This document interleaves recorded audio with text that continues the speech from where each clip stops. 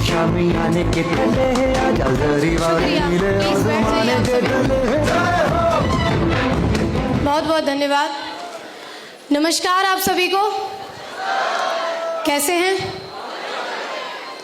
सबसे पहले तो आज लखनऊ की धरती पे आप सभी का स्वागत है, हार्दिक अभिनंदन है, क्योंकि आज हम एक ऐसे शो का हिस्सा बन रहे हैं। रियली में डॉक्यूमेंट्री दिल को छू जाने वाली थी और बहुत सारे लोग रोए भी होंगे। तो मैं ज़रूर चाहूँगी आज हमारे main of the main recognition जिनकी हुई है संजय कुमार सर के लिए भी ज़ोरदार तालियां हो जाएं, जिनकी सक्सेस जर्नी के अचीवमेंट के हिस्सा हम सभी लोग बन रहे हैं।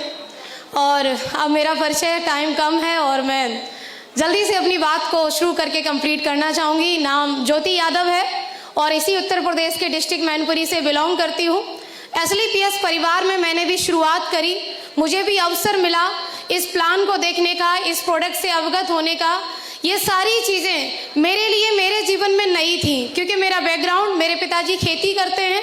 एक किसान परिवार के अंदर नौकरी की बात होती है, व्यापार की नहीं। किसान परिवार के बच्चे नौकरी की प्रिपरेशन करते हैं, व्यापार की नहीं। क्या मैं सही हूँ? और मेरे जीवन में बिल्कुल वैसा ही चल रहा था। पढ़ाई करते हुए हर वक्त पल पल मेरे माँ बाप एक बात कहते थे। कभी कभार पिताजी के साथ खेत में काम कर रहे हो तो पिताजी हमेशा हमसे कहते थे कि बिटिया तुम्हें इतनी पढ़ाई करनी है कि एक नौकरी तो तुम्हें मिल ही जाए। अगर एक नौकरी तुम्हें मिल गई तो तुम्हें मेरी तरह ऐसे खेतों में काम करने की ज़रूरत नहीं होगी, तुम्हें मेरी तरह एक एक रुपए के लिए कभी परेशान होने की ज़रूरत नहीं होगी। क्यों? क्योंकि मैं हर बात को जानती थी। जिस समस्या से मेरे माँ बाप जूझ रहे होते थे, कभी स्कूल की फीस को लेकर के, तो कभी मेरी ट्यूशन फीस को लेकर के। अब मैं क्या कह दूँ, इससे बड़ी कोई बात नहीं होगी। जब बच्चे अपनी रिश्तेदारी में जाते हैं तो उनके कपड़े अलग होते हैं, उनके जूते अलग होते हैं। कई बार मेरे जीवन में ऐसा रहा कि मैं किसी रिश्तेदारी में गई तो मैं वो स्कूल वाली जूती पहन के जाया करती थी, क्योंकि इतने रुपए नहीं होते थे कि स्कूल के अलग और रिश्तेदारियों के लिए अलग हमारे लिए शूज़ लिए जाएं, अलग कपड़े लिए जाएं। लेकिन मैं कहती हूँ कि मेरे माँ बाप का भी धन्यवाद, जो हमेशा मुझे उस खेती से ऊपर के जीवन के लिए प्रेरित करते थे। लेकिन होता तो वही है जो मंजूर खुदा होता है। बात सही है। ईश्वर की कुछ और ही इच्छा थी, उस परमात्मा परवरदिगार की कुछ और ही इच्छा थी और मेरे जीवन के अंदर ये प्लेटफॉर्म आया और मैंने स्वीकार किया। मेरे पास कोई जॉब नाम की चीज़ नहीं थी, मेरे पास आमदनी के नाम पर कोई सोर्स ऑफ इनकम नहीं थी। मैंने 1 रुपया भी कभी इस डायरेक्ट सेलिंग इंडस्ट्री के पहले नहीं कमाया। मैंने ज्वाइन किया, पूरे विश्वास के साथ ज्वाइन किया और शुरुआत हो गई बिजनेस की। प्रोडक्ट लेने के बाद सबसे अच्छी बात मेरे जीवन के अंदर जो रही वो ये कि मेरी मम्मी को अच्छे रिजल्ट आए, मेरी मम्मी को अच्छे परिणाम आए। उनकी जो कलाई की हड्डी बढ़ रही थी उसमें अच्छे रिजल्ट के बाद हम लोगों को बताना शुरू कर दिए, लोगों को अवेयरनेस देना शुरू कर दिए। और हमारी जानकारी में लोग कैसे होंगे, जैसे हम वैसे हमारे लोग। यस और नो? हमारे लोग भी थे खेती बाड़ी करने वाले, हमारे लोग भी थे जिनकी संकुचित सोच थी, हमारे लोग भी वही थे जो नौकरी के लिए जीवन जी रहे थे, ना कि व्यापार के लिए। लेकिन जब उन लोगों के साथ जाकर के शेयर किया, बहुत सारे लोग ऐसे रहे जिन्होंने हाँ में जवाब दिया और कई सारे लोग ऐसे रहे जिन्होंने सिर्फ ना ही नहीं किया, साथ ही साथ उपदेश दे दिए, सलाह दे दी, तुम ये कहाँ फंस गई, तुम्हें ऐसा नहीं करना चाहिए था। तुम्हें पता है लड़कियां कभी व्यापार करते हुए पूरे गांव में तुमने देखी? कोई लड़की इस बिजनेस में सफल होते हुए देखी? कई सारी बातें उनकी होती थी। शहर की होती तो शायद कर लेती, तुम शहर में पड़ी बड़ी होती तो शायद तुम्हें ये काम कर जाती, तुम सफल हो जाती। जो भी चीजें रही, मैं कहूंगी इन सारी चीजों में धन्यवाद मेरे अपलाइन का। एक बार जोरदार तालियां मेरे सभी फ्रंट ऑफ लाइन में बैठे मेरे मेंटर्स का, मेरे अपलाइनों का।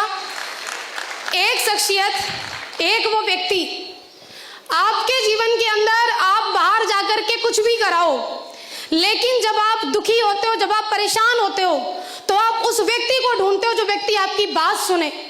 मैंने ढूंढा और मैंने एक चुनाव किया मेरे अपलाइन का, मेरे मेंटर का।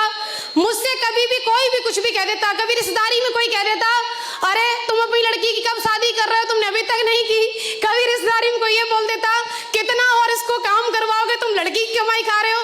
फिर माँ बाप मुझे सुनाते और मुझे कोई नहीं दिखाई देता। मुझे कॉल दिखाई देती, मैं कॉल करती, माँ गुरुजी अब तो मेरे से ऐसे कह दिया, अब मैं किसी की नहीं सुनूंगी।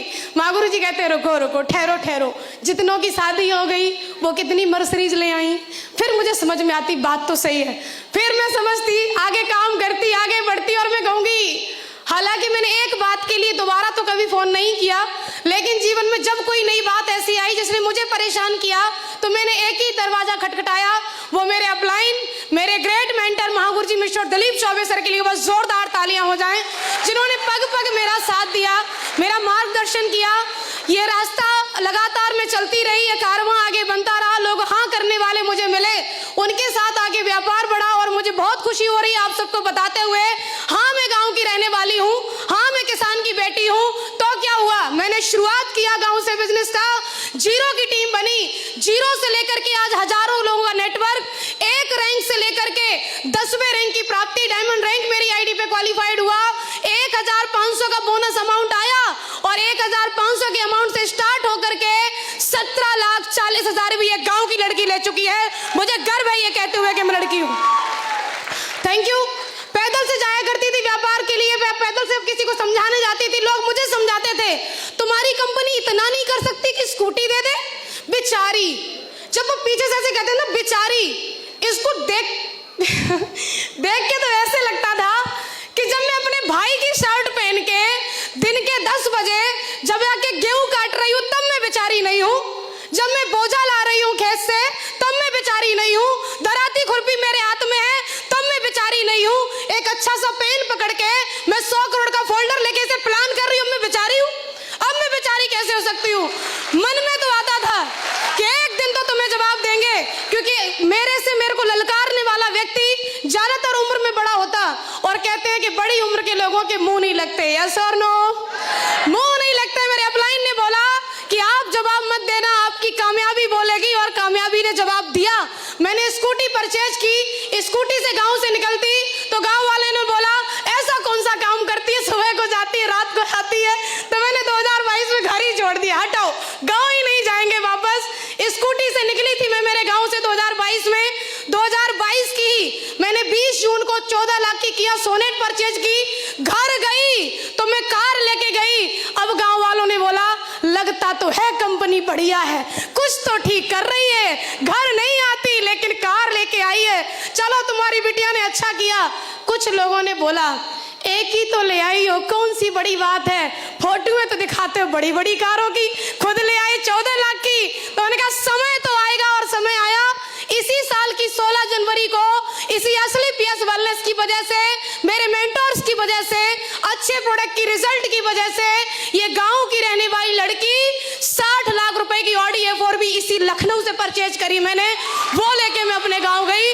और वही, थैंक यू, वही गांव वाले, गाड़ी तो लंबी है, कितने की होगी, किस्तों पे आ सकती है, किस्तों पे अगर आ सकती तो इसको लोन किसने दिया होगा। मैंने सोच लिया कि तुम बोलते रहोगे और मेरा काम है करना, मैं करती रहूंगी। आज डायमंड रैंक है, आज स्टेज के माध्यम से महागुरुजी मिस्टर महिपाल सर को मैं एक कमिटमेंट करना चाहती हूँ, क्योंकि गुरुजी का नाम MLN किंग भी है, तो मेरा एक कमिटमेंट पक्का वाला ये है, गुरुजी आज मैं यहाँ पर आई हूँ, डायमंड बन के आई हूँ, और बहुत जल्द आपकी टीम के अंदर मुझे करोड़पति बन के आना है। मैं आपसे मिलूंगी ब्लू डायमंड बन के, और मेरा कमिटमेंट इस बात का है, महागुरुजी मिस्टर दिलीप चौबे सर की टीम में मैं पहली लड़की डायमंड बनी और पहली करोड़पति बन के बहुत जल्दी आप सबके बीच में आऊंगी। Thank you so much.